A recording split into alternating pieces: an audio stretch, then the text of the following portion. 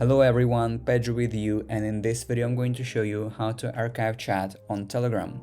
So actually it is very easy. I'll show you how to do that. You need to watch this video till the end so you won't miss any important steps. So first of all, we need to open the Telegram, and here I am on the chats menu here, and I want to archive the second chat, Emiglada. To do this, all I have to do is to simply drag this chat to the left like this until I will find some options.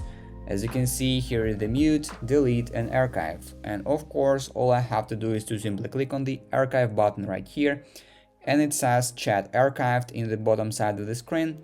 And now to find this chat, I need to click on the archived chats folder in the top side of the screen. If you do not see this button, you just have to drag the screen to the bottom and it will appear.